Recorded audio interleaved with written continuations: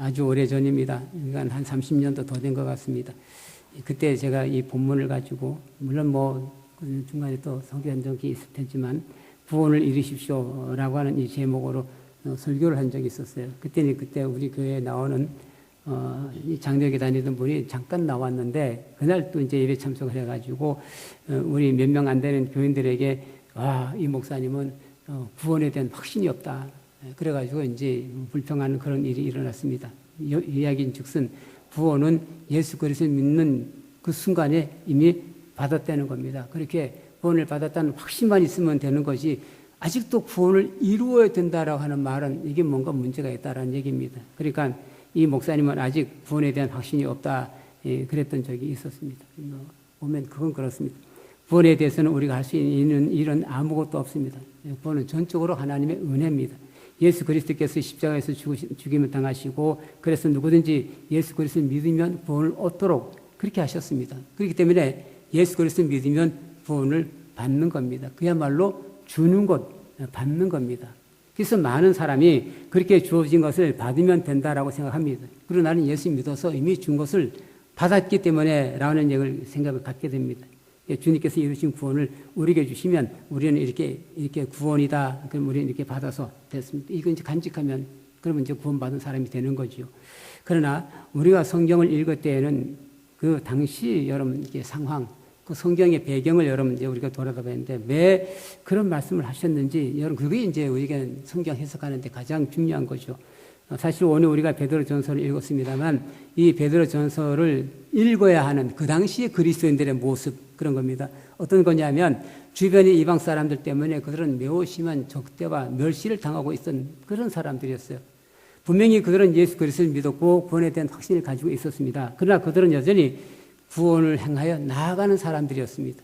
그들은 미래를 향하여 길을 출발한 사람들이었습니다. 그래서 1장 1절에 보게 되면 예수 그리스도의 사도인 베드로가 본도와 갈라디아와 갑바도기아와 아시아와 비두니아에 흩어져 사는 나그네들인 택하심을 입은 이들에게 편지를 씁니다. 그리고 1장 17절에는 그리고 사람을 겉모양으로 판단하지 않으시고 각 사람의 행위대로 심판하시는 분을 여러분이 아버지라고 부르고 있으니 여러분은 나그네 삶을 사는 동안 두려운 마음으로 살아가십시오 라고 말했고 2장 11절에는 사랑하는 여러분 나는 나그네와 거류민 같은 여러분에게 권합니다. 영혼을 거슬러 싸우는 육체적 정욕을 멀리 하십시오 라고 되어 있습니다. 무슨 얘기입니까? 비슷한 얘기 단어가 몇 개 나왔는데 나그네, 거류민이라는 단어를 여러분 들었습니다. 그러니까 그들의 목적지는 아직도 저만큼 앞에 있다는 얘기입니다. 그들의 참된 본향은 하늘에 있다는 겁니다. 그래서 그들은 그 목적지, 그 본향을 향해서 지금 달려가고 있는 중이라는 겁니다. 그랬더니 주변 사람들이 그들을 박해합니다. 주변 사람들이 그들을 멸시합니다. 만약에 하나님 나라에 이미 그들이 들어갔다면 누가 그들을 박해하겠어요? 누가 그들을 멸시하겠어요? 더구나 그런 박해는 그리스도인들의 잘못은 아닙니다. 그리스도인들은 그들과 같이 안 하기 때문에 그들이 박해를 하는 겁니다. 이런 겁니다. 주변 사람들 같이 술도 마시고 나쁜 짓도 하고 그러면 주변 사람들은 박해하기는 그냥 오히려 좋아할 겁니다. 근데 주변 사람들이 보기에 그리스도인들은 전혀 같이 않아서 그들이 오히려 화를 내는 겁니다. 마치 그들 보기에 그리스도인들이 살아가는 삶은 어떻게 보면 도도하죠. 의롭게 살아가는 그 모습이. 그래서 그래? 너희가 언제까지 그렇게 의롭게 사나보자 싶은 마음이 생기게 되고요. 그래서 어떻게 해서라도 넘어뜨리려고 하는 그런 마음들이 있는 겁니다. 이것은 언제나 그랬어요. 하나님의 나라를 알지 못하는 사람들에게 그리스도인들은 언제나 경계의 대상이었고 불편한 사람들이었습니다. 그러나 성경은 그리스도인들이 세상 제도에 적응하며 각 사람을 존중하라고 거듭 권고합니다. 그리스도인들은 이방 사람에게 험담의 빌미를 주지 않도록 살라고 거듭 권면합니다. 오히려 그리스도인들은 그들의 바른 삶을 통하여 모든 비방을 침묵시키도록 그렇게 살라고 권면합니다. 베드로전서가 지금 그렇습니다. 그래서 베드로전서 2장 12절에 여러분은 이방 사람들 가운데서 행실을 바르게 하십시오. 그렇게 해야 그들은 여러분더러 악을 행하는 자라고 욕하다가도 여러분의 바른 행위를 보고 하나님께서 찾아오시는 날에 하나님께 영광을 돌리게 될 것입니다. 라고 그런 말씀을 해주신 겁니다. 그렇더라도 그런 상황에서 믿음 지키기가 얼마나 힘들겠습니까? 더더구나 잘못한 것도 없는데 의롭게 살려고 애썼는데도 불구하고 겪는 그런 일이라면 얼마나 억울하겠습니까? 그래서 3장 14절에 그러나 정의를 위하여 고난을 받으면 여러분은 복이 있습니다. 그들의 위협을 무서워하지 말며 흔들리지 마십시오라고 말했고 오히려 그들의 닥치는 억울한 일을 기꺼이 견디라고 3장 17절에 하나님께서 바라시는 뜻이라면 선을 행하다가 고난을 받는 것이 악을 행하다가 고난을 당하는 것보다 낫습니다라고 말씀해 주셨습니다. 그리고 베드로전서는 거듭 예수님의 고난과 왜 예수님이 고난을 당해야 되는지 그 이유를 말씀해 주십니다. 2장 24절에 보면 그는 우리의 죄를 자기의 몸에 몸소 지시고서 나무에 달리셨습니다. 그것은 우리가 죄에는 죽고 의에는 살게 하시려는 것이었습니다. 그가 매를 맞아 상함으로 여러분이 나음을 얻었습니다. 3장 18절에는 그리스도께서도 죄를 사하시려고 단번에 죽으셨습니다. 곧 의인이 불의한 사람을 위하여 죽으신 것입니다. 그것은 그가 육으로는 죽음을 당하시고 영으로는 살리심을 받으셔서 여러분을 하나님 앞으로 인도하시려는 것입니다. 그래서 1장 6절에 보면 그러므로 여러분이 지금 잠시 동안 여러 가지 시련 속에 어쩔 수 없이 슬픔을 당하게 되었다 하더라도 기뻐하십시오라고 권면합니다. 여기까지 우리가 읽으면 이 베드로전서를 읽어야 할 당시 그리스도인의 형편이 어떤지 제가 짐작은 할 수 있을 것입니다. 그들은 예수 그리스도를 믿었습니다. 그들은 하나님의 나라를 향해서 출발했습니다. 그런데 그 가는 길이 만만치 않은 겁니다. 아픕니다. 억울합니다. 한두 번 고난을 겪고 박해당하다 보면 소망을 잃어버리게 되는 겁니다. 그러다가 여러분 이게 몇 번 반복되게 되면 예수 믿고 싶은 마음이 떨어지게 되는 거죠. 망설이게 되는 거죠. 멈추고 싶은 생각이 들게 되는 거죠. 그래서 베드로전서는 그들을 격려합니다. 1장 5절부터 7절에 하나님께서는 여러분의 믿음을 보시고 그의 능력으로 여러분을 보호해 주시며 마지막 때에 나타나기로 되어 있는 구원을 얻게 해 주십니다. 그러므로 여러분이 지금 잠시 동안 여러 가지 시련 속에서 어쩔 수 없이 슬픔을 당하게 되었다 하더라도 기뻐하십시오. 하나님께서는 여러분의 믿음을 단련하셔서 불로 단련하지만 결국 없어지고 마는 금보다 더 귀한 것이 되게 하시며 예수 그리스도께서 나타나실 때에 여러분에게 칭찬과 영광과 좋은 길을 얻게 해 주실 것입니다. 그랬습니다. 그들은 예수 그리스도의 믿음으로 구원받았습니다. 우리 또한 예수 그리스도의 믿음으로 구원을 얻었습니다. 그러나 완전한 구원에 이른 것은 아닙니다. 우리는 지금 하나님의 나라를 향해 가고 있는 겁니다. 그리고 하나님의 나라를 향해 가는 우리들 신앙의 삶이 이게 결코 만만치 않은 겁니다. 그래서 성경 곳곳마다 우리에게 구원을 이루라고 그렇게 말씀을 하고 있는 겁니다. 예, 우리가 완전한 구원을 얻는 것은 우리가 하나님 나라에 들어갔을 때입니다. 하나님 나라에 들어갔을 때 비로소 완전한 구원을 얻는 겁니다. 그때까지 우리는 구원을 이루어가고 있는 겁니다. 마치 이런 겁니다. 자라는 어린아이 같은 겁니다. 그것을 고린도전서 13장 11절 12절에 이렇게 말씀하셨어요. 내가 어릴 때에는 말하는 것이 어린아이와 같고 깨닫는 것이 어린아이와 같고 생각하는 것이 어린아이와 같았습니다. 그러나 어른이 되어서는 어린아이의 일을 버렸습니다. 지금은 우리가 거울로 영상을 보듯이 희미하게 보지만은 그때에는 얼굴과 얼굴을 마주하여 볼 것입니다. 지금은 내가 부분밖에 알지 못하지만은 그때에는 하나님께서 나를 아신 것 같이 내가 온전히 알게 될 것입니다. 그러니까 어린아이가 자라서 어른이 되는 거죠. 어른이 되면 어린아이 일은 대체적으로 다 이제 다 버리게 되는 겁니다. 어린애같이 뭐 장난감 갖고 놀 수는 없잖아요. 온전한 구원이 이루어지게 되면 그때는 주님께서 나를 아시듯이 우리 또한 주님을 온전히 알게 되는 겁니다. 그래서 우리는 그때까지 믿음을 지키고 구원을 이루어 가야 되는 겁니다. 그러면 어떻게 해야 됩니까? 오늘 우리가 읽은 본문 2절에 이렇게 기록되었습니다. 갓난아기들처럼 순수하고 신령한 젖을 그리워하십시오. 여러분은 그것을 먹고 자라서 구원에 이르러야 합니다. 라고 기록하고 있습니다. 이럴 때 이게 순전하고 또는 순수하고라는 이 말은 그리스도는 아돌로스라는 단어를 쓰게 되는데요. 이것은 속일 수 없는 순수한 성실한 그런 뜻이고요. 신령한 말이라는 것은 불마티코스라는 말을 쓰게 되는데 이것은 육체적인 것이 아닌 천한 것과 반대되는 영적인 어떤 그런 뜻을 가지고 있습니다. 이것은 앞서 1절을 여러분 눈여겨보시면 알 수 있는데 모든 악의와 기만과 위선과 시기와 온갖 비방하는 말과 대조되는 말입니다.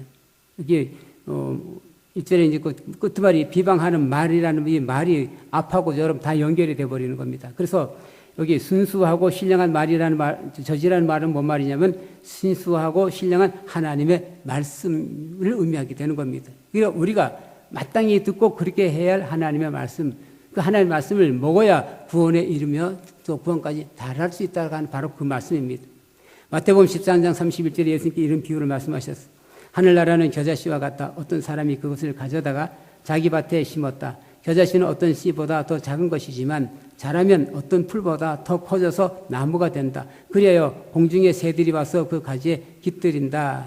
이럴 때 나라라는 말은 하나님의 다스림, 하나님의 통치를 이야기해 주고 있습니다. 그러니까 하나님께서 다스리시는 나라가 하나님의 나라라고 하는 얘기입니다. 그러니까 다시 바꿔 말하게 되면 결국 하나님의 나라는 구원을 의미하게 되는 겁니다. 그러니까 하나님의 나라는 어떤 나라냐? 처음 모양으로 그대로 있는 것이 하나님의 나라가 아니고 겨자씨 얘기처럼 점점 더 자라고 자라는 겁니다. 점점 커져가는 겁니다. 그래서 세상 끝까지 복음이 전해져서 모든 사람들이 구원받도록 하는 것, 이게 하나님의 나라라고 말씀해 주고 있습니다. 동시에 이 비유가 우리 개인에게 적용하면 여러분 이렇습니다. 우리의 구원이 점점 더 커져가야 된다는 얘기입니다. 겨자씨가 여러분 아주 작은 씨앗이지만 거기서 뿌리가 내리고 싹이 나고 자랍니다. 점점 자라서 어떤 풀보다 더 커져서 나무가 되었습니다. 그래서 새들이 날아와서 그 가지에 깃들었습니다. 그래서 이 비유의 중요한 것은 뭐냐면 자란다는 말입니다. 자라는 겁니다. 그러니까 하나님의 나라는 그냥 주어진 것은 아닙니다.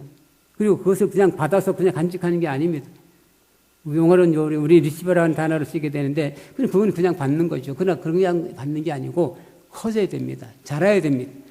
그렇게 자라고 커지려면은 부단히 노력해야 되는 겁니다. 그러니까 이루라는 이 말에 우리가 이루겠다는 말에는 뭐가 있어야 되면 노력이 있어야 됩니다. 물론 받는다는 것을 할 때에도 여러분 노력이 있어야 돼요. 우리가 구원을 받는다는 하나님 은혜를 받는다고 하는 하나님 사랑을 받는다고 하는 이런 걸 생각할 때는 보통 우리는 어떻게 생각하면 공짜라고 생각하는 경우가 훨씬 더 많습니다. 그런데 그렇지는 않습니다. 그것은 그냥 값없이 주는, 늘 우리가 이제 은혜가 뭐냐, 값없이 주는, 거저 주는, 그렇게 표현하니까 그냥 거저 주는 거라고 생각하지만 따지고 보면 구원은 믿는 자들에게 주는 보상이에요, 보상. 그래서 항상 믿음에는 꼭 따라다니는 단어가 있는데 그게 뭐냐면 순종이라는 단어입니다. 믿으면 반드시 순종이 따라옵니다. 그리고 그 순종이라는 말은 결국 뭔 얘기냐면 행함이라는 말입니다. 그러니까 믿음은 곧 행함이고 믿음은 곧 삶입니다. 그 행함이, 그 삶이 우리를 구원에 이르게 하는 겁니다. 그러고 보면 구원은 상급입니다. 상급. 이런 겁니다. 마태복음 25장 14절 이하에 예수님께서 말씀하신 달란트 비유가 있습니다. 어떤 사람이 여행을 떠나면서 자기 종을 불러서 재산을 맡겼어요. 각 사람에게 능력에 따라서 주었는데 한 사람에게는 5달란트 주고 또 한 사람은 2달란트 주고 또 한 사람은 1달란트 주었습니다. 5달란트 받은 사람은 곧 가서 장사해서 5달란트를 더 벌었습니다. 2달란트 받은 사람도 곧 가서 장사해 2달란트를 더 벌었습니다. 그러나 1달란트를 받은 사람은 가서 땅을 파고 주인의 돈을 숨겨두었습니다. 오랜 뒤에 주인이 돌아왔습니다. 그리고 그들과 셈합니다. 그래서 5달란트로 5달란트 남긴 사람하고 2달란트로 2달란트 남긴 사람은 칭찬했어요. 그런데 한 달란트 받아가지고 숨겼다가 그냥 들고 온 사람을 책망하고요. 주어진 그 1달란트마다 빼앗아가지고 5달란트 더 남긴 사람에게 주었어요. 그러니까 주인이 바란 게 뭡니까, 여러분? 갑절로 남기라는 얘기입니까? 아니에요. 더 중요한 것은 뭐냐면 가서 장사하여 라는 말입니다. 일했다는 말입니다. 그러게 일하는 사람, 그에게 갑절로 남긴 사람은 구원을 얻고요. 그러나 아무것도 남기지 못한 사람은 구원이 없다. 그 얘기를 해주고 있는 겁니다. 아무것도 하지 않은 사람은 오히려 자기에게 준 것조차도 빼앗기고 만다. 그 얘기를 여러분 이 얘기하고 있는 겁니다. 사랑하는 성도 여러분, 우리는 이렇게 생각합니다. 예수께서 십자가에 의해서 죽으심으로 구원을 완성하였다고. 그렇게 예수 그리스도를 믿기만 하면 구원을 얻는다고. 그렇게 구원은 아무 공로 없는 나에게 주신 은혜라고. 다 맞습니다. 그러나 그 구원은 내 믿음을 요구합니다. 내 순종의 삶을 요구합니다. 우리가 그리스도인으로 살고 그리스도인으로서 죽기를 원하는 게 그게 여러분 구원입니다. 예수께서 십자가를 지시고 죽으실 때에 우리가 한 일은 아무것도 없지만 이제 예수 그리스도를 믿고 구원을 얻었다고 말할 정도라면 믿음이 합당한 삶을 살아야 된다. 그 얘기입니다. 아마도 많은 사람이 3절에 나온 말씀과 같이 주님의 인자하심을 맛보았을 것입니다. 예수 그리스도를 믿음으로 말미암아 주님께서 나를 사랑하신다고 하는 것 때문에 기뻐하고 감사하고 그럴 것입니다. 예수 그리스도 믿음으로 구원 얻었다고 고백하게 될 것입니다. 그러나 여러분 곰곰이 생각해 보세요. 예수 그리스도께서 여러분에게 어떤 분이십니까? 7절 8절에 그러므로 이 돌이라는 말은 살아있는 돌인데요. 근데 그것은 예수 그리스도 말하는 겁니다. 이 돌은 믿는 사람인 여러분에게는 귀한 것이지만 믿지 않는 사람들에게는 집 짓는 자들이 버렸으나 모퉁이의 모릿돌이 된 돌이요 또한 걸리는 돌과 넘어지게 하는 바위입니다. 라고서 산돌에 두 가지 된 반응을 얘기해 주셨습니다. 어떤 사람에게는 모퉁이의 머릿돌이 되고 어떤 사람들에게는 걸리는 돌 또는 넘어지게 하는 바위라고 말하고 있습니다. 누가? 예수 그리스도 그분이. 그럼 여러분에게 있어서 예수 그리스도는 어떤 분이십니까? 모퉁이의 머릿돌 같은 분이십니까? 아니면 여러분을 걸리는 돌이나 걸려 넘어지게 하는 바위입니까? 분명한 것은 예수 그리스도를 믿는 사람에게는 예수님은 귀한 돌입니다. 그러나 예수 그리스도를 믿지 않는 사람에게는 심판하는 돌입니다. 왜 그렇게 됐을까? 8절은 이렇게 말합니다. 하반절에 그들이 걸려 넘어지는 것은 말씀을 순종하지 않았기 때문이며 또한 그렇게 되도록 정해 놓으셨기 때문입니다. 라고 됐습니다. 하나님의 말씀에 순종하지 않는다는 것은 결국은 예수 그리스도에게 오히려 걸려서 넘어지는 심판받는 그런 돌이 된다는 거죠. 그러나 믿고 순종한 사람들은 9절에 택하심을 받은 족속이요 왕과 같은 제사장들이요 거룩한 민족이요 하나님의 소유가 된 백성이라고 선언합니다. 그렇다면 우리는 택하심을 받은 족속이요 왕과 같은 제사장들이요 거룩한 민족이요 하나님의 소유가 된 백성다워야 됩니다. 그렇게 하여 순수하고 신령한 말씀을 먹고 성숙한 신앙인으로 자라야 됩니다. 이런 겁니다. 빌립보서 3장 10절 11절에 사도 바울이 이렇게 말합니다. 내가 바라는 것은 그리스도를 알고 그분의 부활의 능력을 깨닫고 그분의 고난에 동참하여 그분의 죽으심을 본받는 것입니다. 그리하여 나는 어떻게 해서든지 죽은 사람들 가운데서 살아나는 부활에 이루고 싶습니다. 나는 이것을 이미 얻은 것도 아니며 이미 목표점에 다다른 것도 아닙니다. 그리스도 예수께서 나를 사로잡으셨으므로 나는 그것을 붙들려고 쫓아가고 있습니다. 바울의 목표는 오로지 하나입니다. 그것은 예수 그리스도 안에서 하나님께서 이로부터 부르신 그 부름의 상을 받는 겁니다. 그게 뭐냐면 어떻게 해서든지 죽은 사람들 가운데서 살아나는 부활이라고 그렇게 말하고 있습니다. 그런데 아직 그 일은 이루어지지 않았어요. 아직까지 죽은 사람들 가운데서 살아나는 부활에 이른 것은 아니에요. 그래서 바울은 죽은 사람들 가운데서 살아나는 부활을 목표점으로 하고 그것을 잡으려고 달려간다라고 말하고 있습니다. 아마 여러분들이 읽는 개역 개정판 성경은 그것을 잡으려고 달려가노라라고 그렇게 기록이 됐을 것입니다. 제가 이 설교 때 읽어드리는 세 번역은 쫓아가노라라고 그렇게 표현이 됐습니다. 근데 여러분, 우리말에 쫓아가다는 말을 비슷한 발음으로 나올 말이 두 가지가 있어요. 쌍시옷자 써가지고선 쫓아가노라, 쌍지읒자 써가지고 쫓아가다가 있고요. 쌍지읒이 아니라 왜 그냥 지읒에다가 쫓아간다가 이런 이 두 가지 단어가 있습니다. 읽으면 똑같이 쫓아가답니다. 또 비슷한 내용입니다. 근데 달라요. 쌍지읒자 이게 써가지고 쫓아가다라는 말은 어떤 대상을 만나기 위하여 급히 가거나 어떤 사람이나 물체 따위에 뒤를 급히 따라가는 것. 이게 따라가는 겁니다. 쫓아가는 겁니다.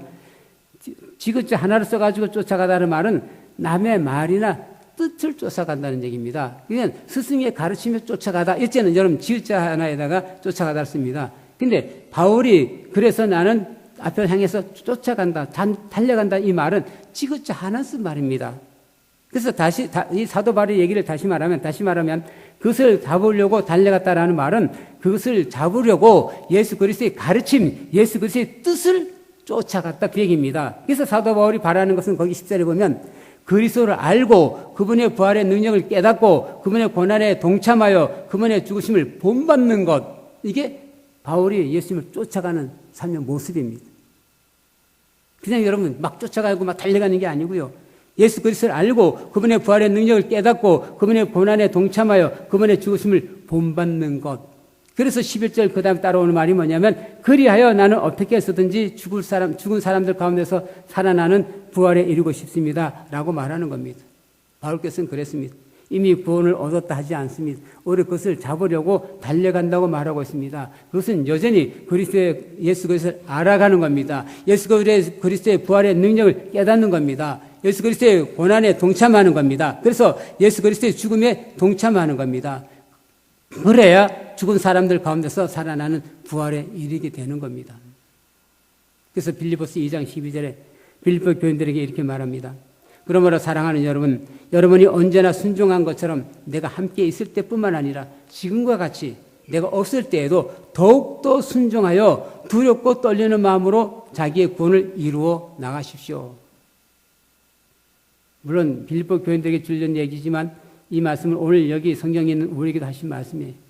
비록 바울 사도께서 우리와 함께 하시진 않지만 그러나 언제나 그분께서는 순종하신 것처럼 우리도 순종하라고 말씀하십니다. 오히려 우리는 더욱더 순종하여 두렵고 떨리는 마음으로 자기의 구원을 이루어 가라고 그렇게 말씀하고 있는 겁니다. 사랑하는 성도들은 구원은 가만히 앉아 있는데 그냥 가져다 두는 것은 아닙니다. 구원에 이르기까지 우리가 예수 그리스도를 쫓아가야 됩니다. 빌립보서 2장 13절에 너희 안에서 행하시는 이는 하나님이시니 자기의 기쁘신 뜻을 위하여 너희에게 소원을 두고 행하게 하시나니 라고 말씀하셨어요. 우리 안에 활동하시는 이는 하나님이십니다. 하나님께서 우리 안에 하나님이 기쁘게 해드릴 것에 대한 소원을 우리에게 넣어주시고 그것을 실천하게 하셨어요. 일하게 하셨어요. 그런데 많은 사람들이 천국은 일하지 않고 놀고 먹는 줄 압니다. 야, 그 천국 우리가 가서 얘기하면 그 천국에 그 심심해서 가서 뭐 하고 지낼 거냐고. 그럼 오히려 저런 사람은 그렇게 얘기를 합니다. 가보지도 않으면서. 에덴 선산이 그랬어요. 동산 가운데 있는 선악을 알게 하는 나무 열매를 따먹지 말고 그 안에 있는 것은 어떤 열매든지 다 따먹어도 좋다. 얼마나 신나는 것입니까? 땅에 있는 씨 맺는 모든 채소와 씨 있는 열매 맺는 나무를 다 먹어도 좋다 주셨습니다. 근데 여러분 하나님께서 사람을 만드신 까닭이 있어요. 이유가 있어요. 창세기 1장 26절 하나님 말씀하셨어요.